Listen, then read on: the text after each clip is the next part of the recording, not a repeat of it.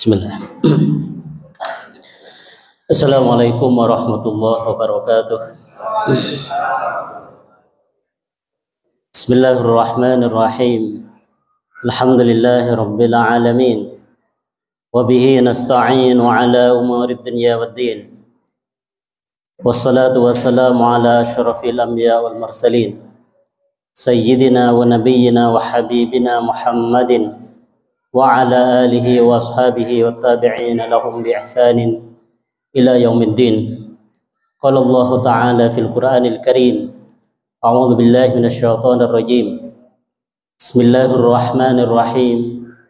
Ya ayyuhalladzina amanu taqullaha haqqa tuqatih wa la tamutunna illa wa antum muslimun. Ya ayyuhalladzina amanu kutiba alaikumus shiyam kama kutiba 'alal ladzina min qablikum la'allakum tattaqun ayyaman ma'dudat. Al-ayah. Amma ba'du.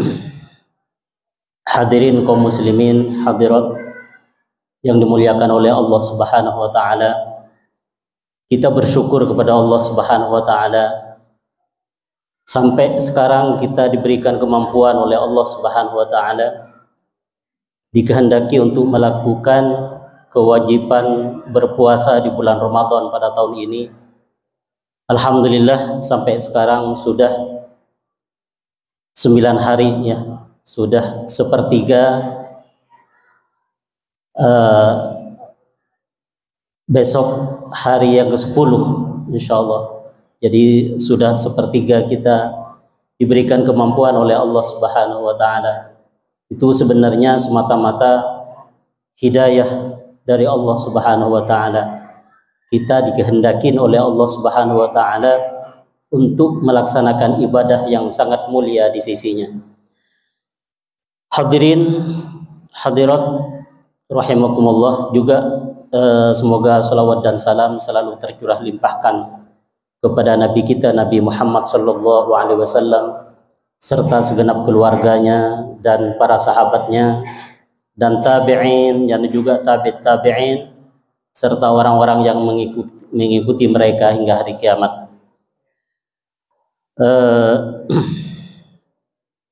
Di dalam Al-Quran, setelah Allah Subhanahu wa taala menyebutkan bahwa puasa di bulan Ramadan ini diwajibkan kepada orang-orang yang beriman, itu ayat berikutnya yaitu ayyamin ma'dudat. Ya ayyuhalladzina amanu kutiba alaikumus shiyam kama kutiba 'alal ladzina min qablikum la'allakum tattaqun. Ayyaman ma'dudat. Jadi hari-hari yang bisa terbilang. Jadi sebenarnya kewajiban melaksanakan bulan Ramadan ini sangat sebentar sekali. Ya. Sudah tidak terasa kalau kita melaksanakan pada tahun ini, sudah tidak terasa sudah 10 hari. Jadi karena sangat sebentar sekali, maka bagaimana kita memanfaatkan sebaik-baiknya bulan yang sangat mulia di sisi Allah Subhanahu wa taala ini, yaitu bulan Ramadan. Bahkan yang sering kita dengar sekali hadis Rasulullah sallallahu alaihi wasallam, man shoma ramadhana imanan wa ihtisaban ghufira lahu ma taqaddama min dzambih. Barang siapa yang berpuasa di bulan Ramadan atas dasar keimanan, jadi berpuasa di bulan Ramadan karena tuntutan iman, karena keimanan. Jadi kita melaksanakan bulan Ramadan ini harus atas dasar keimanan.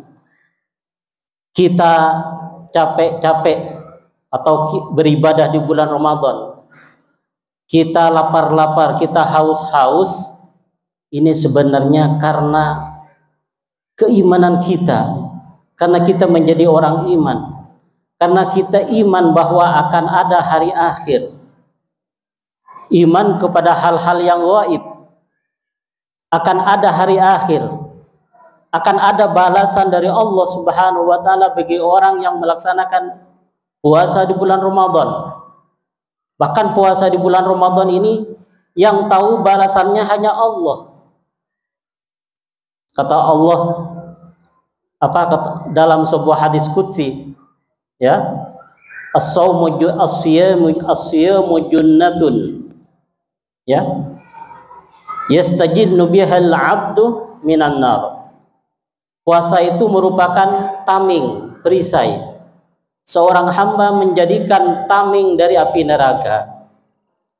Wa huwa li, kata Allah dalam hadis qudsi, dan puasa itu milikku, wa ana ajzi bihi, dan sayalah yang akan membalasnya. Jadi yang tahu balasan besarnya balasan puasa adalah Allah Subhanahu wa taala. Sehingga begitu luar biasa besarnya. Beda dengan kebaikan-kebaikan yang lain, ibadah-ibadah yang lain. Al-hasanatu bi'asyari amsalihha. Jadi melakukan satu kebaikan itu dilipat gandakan sampai 10. Kemudian yang 10 dilipat gandakan lagi sampai 700. Tapi kalau puasa itu tidak tahu sampai berlipat-lipat berapapun Allah Subhanahu wa taala itu akan berikan pahala ini kepada orang yang melaksanakan ibadah puasa. Jadi puasa ini sebenarnya perjuangan kita.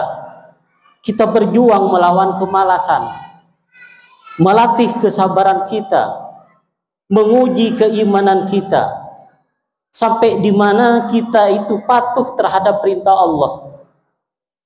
Sampai di mana kesabaran kita. Kita harus bangun untuk makan sahur, walaupun memang hukumnya sunnah. Malam-malam jam 3 kita harus bangun dengan sabar. Kalau yang ibu-ibu masih harus masak dulu. Masya Allah, betapa besar pahalanya. Jadi yang mendapat pahala bukan hanya puasanya, tapi juga makan sahurnya pun itu mendapat pahala dari Allah Subhanahu wa taala. Masih membangunkan anaknya, ya, anak-anaknya yang kewajiban berpuasa dibangunin dengan sabar. Betapa ini memang ujian untuk melatih kesabaran kita. Betapa ini ujian untuk seberapa besar kita mematuhi aturan Allah Subhanahu wa taala. Jadi semuanya kita laksanakan dengan penuh kesabaran, penuh ketaatan kepada Allah Subhanahu wa taala. Jadi memang puasa di bulan Ramadan ini ada aturan-aturannya. Aturannya yang wajib, yang sunnah. Seperti makan sahur kita itu sudah sunnah hukumnya. Makan sahur dan juga mengakhirkan sahur. Makan sahur itu diakhirkan juga mendapat pahala tersendiri. Ya, takhirus sahur. Mengakhirkan makan sahur.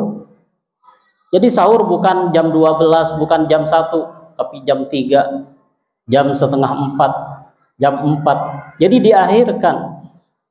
Itu sudah mendapat pahala tersendiri. Jadi dengan demikian kita setiap malam itu lakukan karena merasa ini kewajiban dari Allah Subhanahu wa taala. Kewajiban kita patuhin. Itu kita itu dididik untuk menjadi hamba-hamba Allah yang patuh terhadap perintah Allah. Patuh. Dan juga kita dididik juga untuk menjadi orang-orang yang sabar. Sabar menjalankan kewajiban. Makanya bulan puasa ini, bulan puasa di bulan Ramadan ini banyak namanya. Ada yang menamakan Syahrul Quran karena sangat dianjurkan membaca Al-Quran. Ada Syahrul Ghufran atau Syahrul Maghfirah, bulan ampunan. Juga ada Syahrul Sabri, bulan kesabaran. Jadi kita itu dilatih untuk menjadi orang-orang yang sabar, ya. Dan juga kita itu dilatih untuk melawan hawa nafsu, untuk melawan kemalasan. Ya. Jadi malam-malam harus bangun sahur, malasnya minta ampun. Tapi kita laksanakan karena kita orang yang beriman. Itu atas panggilan keimanan kita laksanakan itu dengan penuh kesabaran. Sehingga nantinya insya Allah kalau itu selalu dijalankan dengan penuh keridhaan, dengan penuh ikhlas, maka insya Allah akan menjadi orang-orang yang komitmen terhadap perintah Allah, menjadi orang-orang yang disiplin dalam menjalankan perintah Allah Subhanahu wa taala. Begitulah mungkin, semoga yang terpenting juga kita semoga dijadikan orang-orang yang sabar, juga apa yang kita amalkan diterima oleh Allah Subhanahu wa taala. Nah, kali demikian, kurang lebihnya mohon maaf. Assalamualaikum warahmatullahi wabarakatuh.